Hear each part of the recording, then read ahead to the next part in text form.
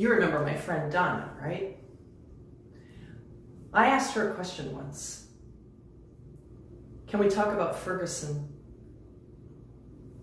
I don't even remember when I asked her that question. I do know it wasn't right away. It took me quite a while to build up the courage. I couldn't even look her in the face. Of course, I didn't know what she'd say, but I did know she'd be honest. She sighed and said, "Oh, Heidi." And then I knew. Here was a friend, someone I really cared about, like you.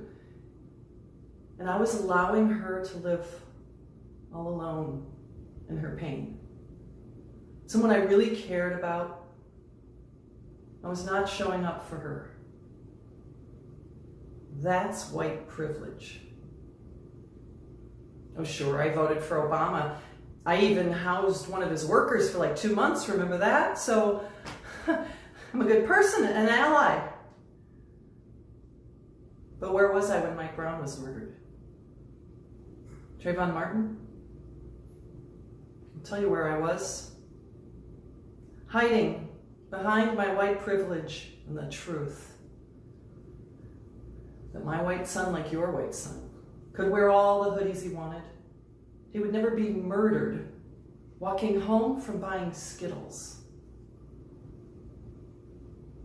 When Philando Castillo was gunned down, I was outraged.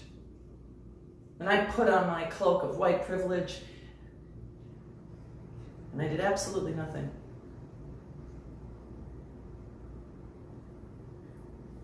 Back to that conversation with Donna.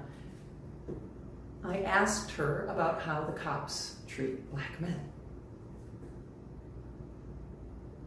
You mean to tell me that Jonah, oh, that's her husband, Jonah's been stopped by the cops? Many times, Heidi. Many times. Handcuffed, too. Jonah. I thought about her husband. He's a guy. He goes to work. He comes home from work. He carts his kids around just like you and me.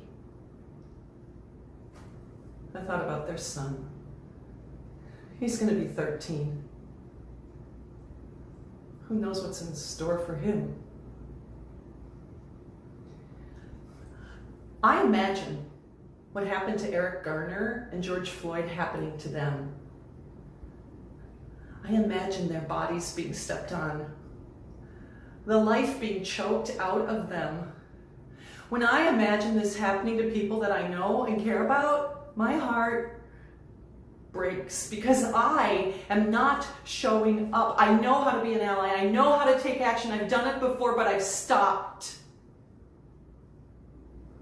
Because it's easier. But I'm done with that. I am taking action. That is why I'm telling you this story. Because I know you, and I know when you hear my story, you think of your friends. You think of people in your life that you have hopes and dreams for. Your neighbor, your student, your colleague, the guy at your church, the kid who shelves the books at your library. Remember when we marched the Women's March? When are you going to march for your friends? For Black Lives Matter? When are you going to email the special prosecutor in Kentucky and demand that those cops be arrested for murdering Breonna Taylor? When are you going to call the DA's office in Colorado and demand that someone be held accountable for the murder of Elijah McClain?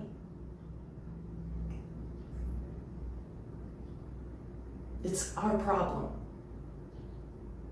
But you and me, we can make a difference. So when are you going to join me and become part of the solution?